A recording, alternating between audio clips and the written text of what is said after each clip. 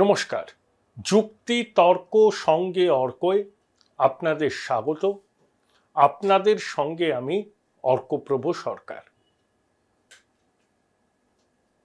সারা দেশে মোট 13টি বিধানসভা কেন্দ্রের উপনির্বাচন হয়েছে।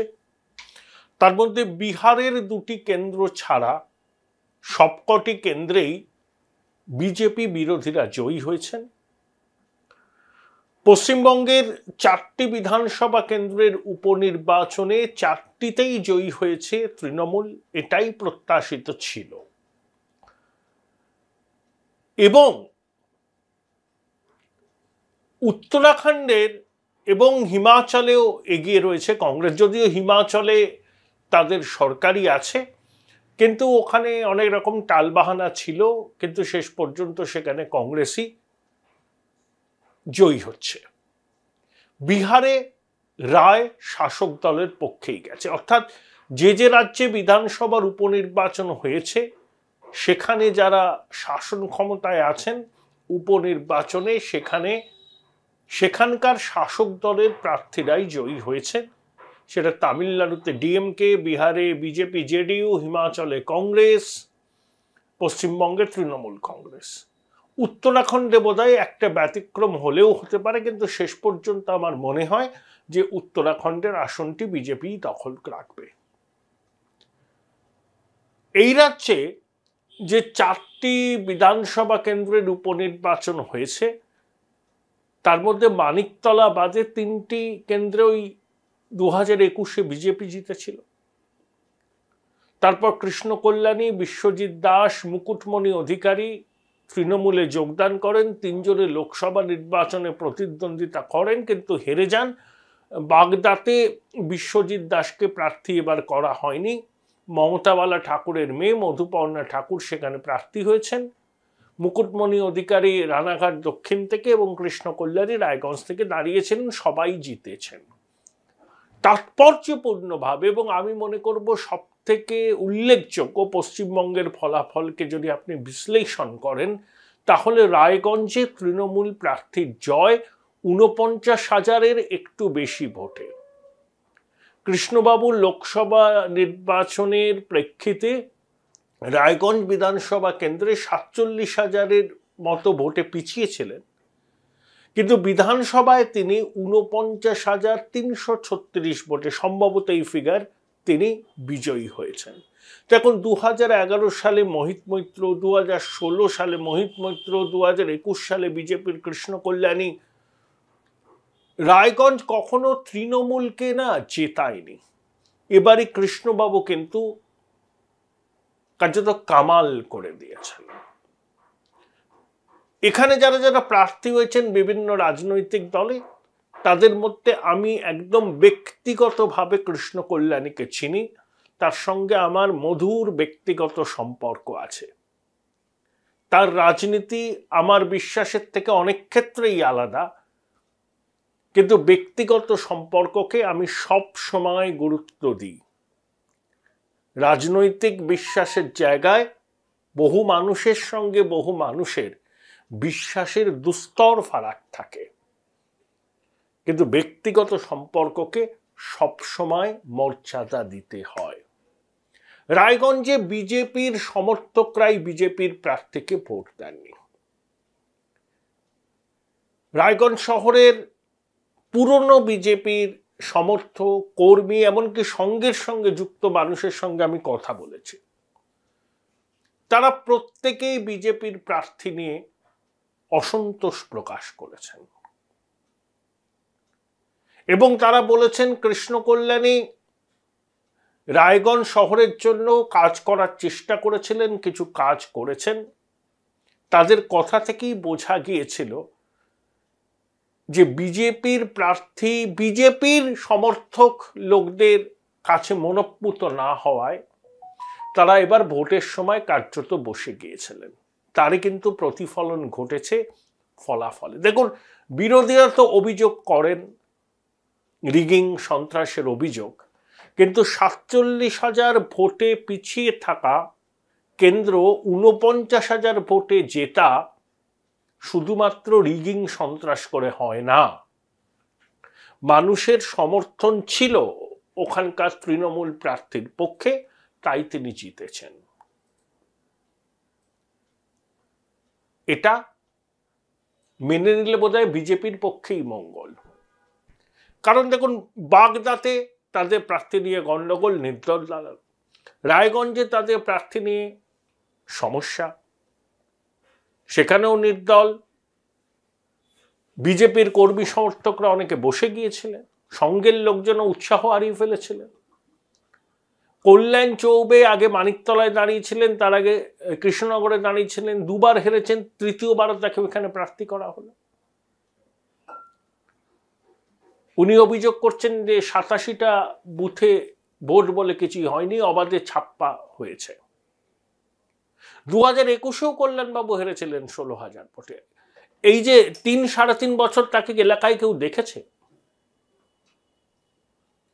আমি মানিকতলা কেন্দ্রের ভোটার, যদিও আমি ওই সময় পশ্চিমবঙ্গে ছিলাম না, অনেকদিন ছিলাম না, তাই আমার পক্ষে ভোট দেওয়া সম্ভব হয়নি।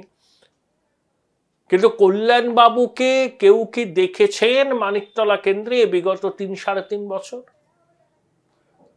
লোকসভা নির্বাচনটা হয় দেশের সরকার গঠনের প্রশ্নে, সেখানে নরেন্দ্র মোদীর ব্যক্তিগত জনপ্রিয়তাকে পুঁজি করে অনেকে নির্বাচনী বৈতরণী পেরিয়েছেন। কিন্তু বারে বারে এক জিনিস হয় না, এটা রাজ্যের নির্বাচন, তার উপর উপনির্বাচন। এই নির্বাচনে শাসক দলের পরিবর্তনের কোনো সম্ভাবনা নেই। এবং বিজেপির যারা প্রার্থী ঠিক করেন তাদেরকে এবার মস্তিষ্ক মন্থন করতে হবে। নেতার কাছের লোক, সাংসদের কাছের লোককে প্রার্থী করে দিলাম, তার ক্রেডেনশিয়ালকে যাচাই করলাম না, মানুষের মধ্যে তার কি গ্রহণযোগ্যতা আছে সে সম্পর্কে একবারও ভাবলাম না, তাহলে ফলাফল এরকমই হবে। আমি অস্বীকার করছি না যে নির্বাচন একবারে অবাধ সুষ্ঠু হয়েছে। শাসক দল যেখানে সুযোগ পেয়েছে সেখানে তাদের মতো করে ভোট করিয়ে নেওয়ার চেষ্টা করেছে এবং তারা সফলও হয়েছে। বিজেপি যেখানে ক্ষমতাসীন সেখানেও উপনির্বাচনে একই কায়দায় তারা ভোট করে। তাই হেরে গেলে আমি রিগিং সন্ত্রাসের অভিযোগ করে নিজেদের ব্যর্থতাকে ঢাকবো, এটা বারে বারে হয় না। রিগিং হয়েছে, এই অভিযোগ যখন উঠছে তার কিছু সারবত্তা আছে নিশ্চয়ই। পশ্চিমবঙ্গে যাদের সংগঠন মজবুত তারা ভোটের দিন প্রাধান্য পায় এবং পুলিশ প্রশাসনের নিরপেক্ষতা চিরকালই এখানে আতশ কাচের নিচে। এবারের নির্বাচনেও তার কোনো ব্যতিক্রম হয়নি। তার মানে এই নয় যে রায়গঞ্জে যে আসনে আমি 47,000 ভোটে এগিয়েছিলাম, উপনির্বাচনে সেই আসনে আমি 49,000 ভোটে হারব। মানুষ ভোট দিয়েছেন, কারণ বিজেপির সমর্থকরাও কৃষ্ণবাবুকে ভোট দিয়েছেন। আমি কথা বলে বুঝেছি, কারণ বিজেপির প্রার্থীকে বিজেপির কর্মী সমর্থকরাই পছন্দ করেননি। এই হলো মোটামুটি একটা উপনির্বাচন নিয়ে আমার মতামত। বাম কংগ্রেস এবারও সেভাবে কোনো ডাক কাটতে পারলেন না, তাদের মাইলস টু গো। এবার যে থাম্বনেল আমি দিয়েছি, ঘেঁটে ঘ করলেন মমতা বন্দ্যোপাধ্যায়, আমি 3-4টে এক্সাম্পল দেব, তারপরে আপনাদের উপরই ছেড়ে দেব যে আপনারাই বিচার করবেন কমেন্ট বক্সে লিখে যে সত্যিই তিনি ঘেঁটে ঘ করেছেন নাকি আমার থাম্বনেল অন্যরকম হলে আপনাদের ভালো লাগতো। দেখুন, E=mc², এই থিওরিটা সম্পর্কে আমরা সবাই ওয়াকিবহাল। যারা বিজ্ঞানের ছাত্র নয় তারাও জানেন E=mc², জগৎ বিখ্যাত থিওরি। কিন্তু m² বলে কিছু জানেন? এটা কিসের ফর্মুলা? E=mc² একটা, এই ফর্মুলা সবাই জানেন, বিজ্ঞানের ছাত্রও নয়, রুডিমেন্টারি বিজ্ঞান পড়েছেন তারাও জানেন E=mc² একটা ফর্মুলা। কিন্তু m² কি? মুখ্যমন্ত্রী মুকেশ আম্বানির ছোট ছেলের বিয়েতে মুম্বাই যাওয়ার আগে কলকাতা বিমানবন্দরে সাংবাদিকদের সঙ্গে একটু আলাপচারিতায় দুটি সংবাদ মাধ্যম সম্পর্কে তার ক্ষোভ উগড়ে দিয়েছে। তাদের মধ্যে একটি মালিক মুকেশ আম্বানি এবং অন্যটি এই রাজ্যের সর্ববৃহৎ সংবাদ গোষ্ঠী। তা মুখ্যমন্ত্রী বলেছেন এম স্কোয়ার, আপনারা বুঝে নিন, আমরা কিন্তু বুঝলাম না এম স্কোয়ারের মানেটা কি। Join Indian Institute of Hotel Management now. Right choice, right decision. এটা কি মুখ্যমন্ত্রীর নতুন কোনো ফর্মুলা? যে নিউজ 18 সম্পর্কে শাসক দল সবসময় নিউজ 18 এর ভূমিকাকে তারিফ করতো, আমাদের বলতো দেখো তোমরা নিউজ 18টা ফলো করো, ওরা কত সুন্দর খবর করছে। সেই নিউজ 18 সম্পর্কে মুখ্যমন্ত্রীর এই মোহভঙ্গের কারণ কি? তার সঙ্গে এম স্কোয়ারের মানেটা কি? নিউজ 18 এখনো পর্যন্ত যিনি কর্ণধার এই চ্যানেলের, তিনি তো মুখ্যমন্ত্রীর দীর্ঘদিনের পরিচিত এবং ঘনিষ্ঠ। হয়তো সম্পর্কে কিছুটা শীতলতা এসছে, কিন্তু তার মানে কি এই যে নিউজ 18 একেবারে হাত ধুয়ে এই সরকারের সমালোচনায় সরব হয়েছে? তাই মুখ্যমন্ত্রী ক্ষোভের জ্বালামুখ খুলে দিয়েছেন, তার নতুন ফর্মুলা এম স্কোয়ার। কেউ যদি থাকেন একটুখানি আমাদের ক্ল্যারিফাই করে দেবেন, ঠিক বুঝতে পারলাম না এম স্কোয়ারের অর্থটা কি। মুখ্যমন্ত্রী নিজে তো ক্ল্যারিফাই করেননি, কিন্তু তিনি যখন একবার বলে দিয়েছেন তখন এই কৌতূহলের জন্ম হয়েছে। এই কৌতূহলের নিবৃত্তি যতক্ষণ না পর্যন্ত হচ্ছে না, ততক্ষণ পর্যন্ত একটা অশান্তির কাঁটা খচখচ করে বিঁধবে মনের মধ্যে। 2, উপনির্বাচনে বিপুল সাফল্য পেয়েছে তৃণমূল, কিন্তু মুখ্যমন্ত্রী এয়ারপোর্টে দাঁড়িয়ে ওই যে আরিয়াদহের এই বা কামারহাটির ওই মাস্তান জয়ন্ত না জায়ান্ট পুরনো ভিডিও ছড়িয়ে ভোটের মুখে তাদের দলের প্রার্থীদের অপদস্থ করার চেষ্টা হয়েছে, চক্রান্ত হয়েছে অভিযোগ করেছেন। এখন বক্তব্য হচ্ছে পুরনো ভিডিও, নতুন ভিডিওটা যদি কি বলবো, সংবাদ মাধ্যম যদি মনে করে এই ভিডিওটা তারা চালাবে কিছু বার্তা দেওয়ার জন্য তাদের থাকে, সেটাকে সবসময় উদ্দেশ্য প্রণোদিত বলা কি ঠিক? এরকম নানা রাজ্যের ভিডিও, নানা ঘটনার ভিডিও এভাবে ভাইরাল হয়েছে। এই যে গুজরাটে এক ওই চাকরির পরীক্ষার সময় পদপিষ্টের ঘটনা ঘটেছে, অনেকেই সেই ভিডিও শেয়ার করেছেন। এরকম বহু ভিডিও নানা রাজ্যের ঘটনা সমাজ মাধ্যমে শেয়ার করার ফলে আমরা জানতে পেরেছি, প্রশাসন জানতে পেরেছে, কিছু ব্যবস্থা হয়েছে।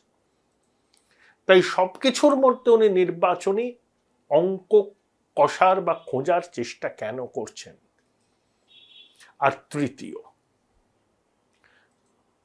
সেটা হলো মুম্বাইতে গিয়ে উদ্ধব ঠাকরে আদিত্য ঠাকরের সঙ্গে সাংবাদিক বৈঠক করলেন মমতা। সেখানে বললেন উদ্ধবের শিবসেনার হয়ে তিনি মহারাষ্ট্র বিধানসভায় প্রচার করবেন। কংগ্রেসের কথা বললেন না, যদিও পরে শরদ পাওয়ারের বাড়িতে গিয়ে সুপ্রিয়া সুলে এবং শরদ পাওয়ারের সঙ্গে বৈঠক করেছেন। এখন মহারাষ্ট্রে তৃণমূল সুপ্রিমো প্রচার করলে কার কি এসে যায়? সংখ্যালঘু মহল্লায় কিছু প্রচার করলে তার সুফল ইন্ডিয়া জোটের প্রার্থীরা পেতে পারে। এখন প্রশ্ন হলো, তিনি যে ইন্ডিয়া জোটের মধ্যে একটা জিঞ্জার গোষ্ঠী তৈরি করার চেষ্টা এখনো করছেন, সেটা কিন্তু স্পষ্ট। শরদ পাওয়ারের সঙ্গে দেখা করলেন, উদ্ধবের সঙ্গে দেখা করলেন, কিন্তু মহারাষ্ট্রে যে কংগ্রেস 13টা আসন পেয়েছে, সেই কংগ্রেসের কোনো নেতার সঙ্গে তিনি দেখা করলেন না। যদিও প্রয়াত মুরলী দেওরার সঙ্গে মমতার একটা ঘনিষ্ঠ সম্পর্ক ছিল, অধুনা কংগ্রেসের নেতৃত্বে যারা আছেন মহারাষ্ট্রে, তাদের সঙ্গে মুখ্যমন্ত্রীর সেই ধরনের কোনো সম্পর্ক নেই বলেই ঘনিষ্ঠ মহলে তিনি বলেছেন। তাই কংগ্রেসের কার সঙ্গে তিনি কথা বলবেন বা দেখা করবেন সেটাই তিনি বুঝে উঠতে পারছেন না। কিন্তু আমার বক্তব্য হচ্ছে, কংগ্রেস 99টা আসন পেয়েছে, রাহুল গান্ধী বিরোধী দলনেতা হয়েছেন, সামনে থেকে নেতৃত্ব দিচ্ছেন, এতে তৃণমূল কিন্তু খুব একটা খুশি হবে না। নির্বাচনের আগে তৃণমূল কি বলেছিল? 40টা আসন কংগ্রেস পাবে না। সেই কংগ্রেস 99টা আসন পাওয়ায় মমতা বন্দ্যোপাধ্যায় মোবাইলে রাহুল গান্ধীকে অভিনন্দন জানালেও তিনি কি খুব খুশি হয়েছেন? কংগ্রেস যদি 40-50টার কাছাকাছি পেত, তৃণমূল যে ট্যালিটা পেয়েছে সেটা যদি তারা পেত, তখন কিন্তু তৃণমূল দাদাগিরি করতে পারত। এখন কিন্তু কংগ্রেসই ইন্ডিয়া জোটের মূল চালিকা শক্তি, তাকে ঘিরেই অন্যান্য দলগুলো।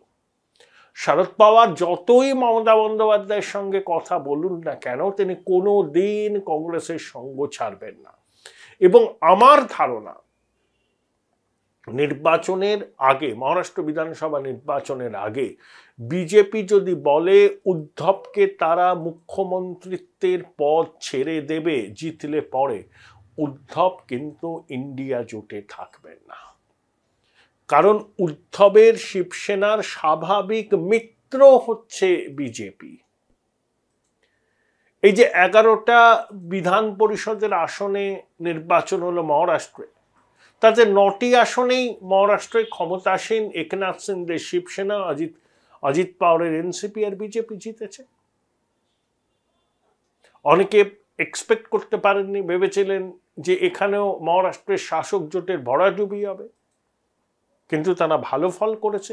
বিধান পরিষদের ভোটের সঙ্গে জনগণের প্রত্যক্ষ কোনো সংস্রব নেই, কিন্তু তা সত্ত্বেও লোকসভা নির্বাচনে খারাপ ফলের পরেও মহারাষ্ট্রে বিধান পরিষদের নির্বাচনে সেখানকার শাসক দলের ফলাফল তাদেরকে একটু স্বস্তি দেবে।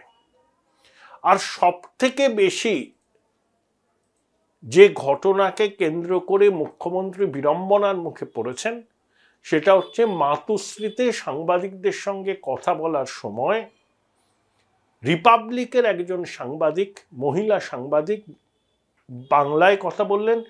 সম্ভবত এখান থেকে উনি গেছেন, ওই মেয়েটিকে আমি চিনি, খুব ভালো সাংবাদিক, সঞ্চালনাও ভালো করেন। ববি হাকিমের বিতর্কিত মন্তব্য নিয়ে মুখ্যমন্ত্রীর মতামত জানতে চেয়েছিলেন। তা মুখ্যমন্ত্রী প্রথমে বললেন যে কারোর ব্যক্তিগত বিষয় নিয়ে তিনি কোনো মন্তব্য করবেন না। তারপরে বললেন না শুনে তিনি কিছু বলতে পারবেন না। তারপরে তিনি বললেন বৈচিত্র্যের মধ্যে ঐক্য সাধনাই তিনি করে থাকেন।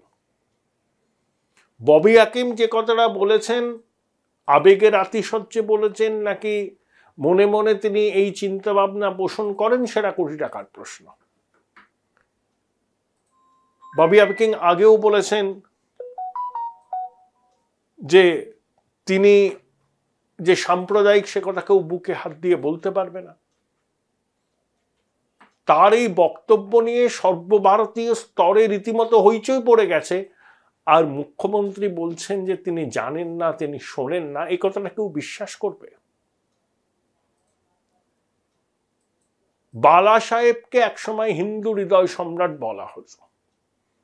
শিবসেনার মূল আদর্শগত ভিত্তি হচ্ছে হিন্দুত্ব। সেই মাতুশ্রীতে বসে মুখ্যমন্ত্রী কার্যত ববি হাকিমের যে বক্তব্য, সেই বক্তব্য নিয়ে তার কোনো মতামত জানালেন না। তিনি তো বলতে পারতেন এই ধরনের কথা বলা তিনি পছন্দ করেন না, তিনি অনুমোদন করেন না। তিনি ববির কাছ থেকে জানতে চেয়েছেন কেন তিনি এই কথা বললেন। মুখ্যমন্ত্রী এইসব না বলে বললেন তিনি শোনেননি, তিনি জানেনই না, জানলে পরে তো কমেন্ট করবেন। আসলে এই ধরনের মন্তব্য ববি হাকিম যেটা করেছেন, মুখ্যমন্ত্রী প্রকাশ্যে সেটা বিরোধিতা কি করতে পারেন? এই প্রেক্ষিতে তার ভোট ব্যাংক ক্ষতিগ্রস্ত হবে না? তাই তিনি এড়িয়ে গেলেন এবং অস্বস্তির মুখেই পড়েছিলেন। তিনি এক্সপেক্ট করেননি যে মাতৃশ্রীতে এই ধরনের প্রশ্নের মুখে পড়তে হবে।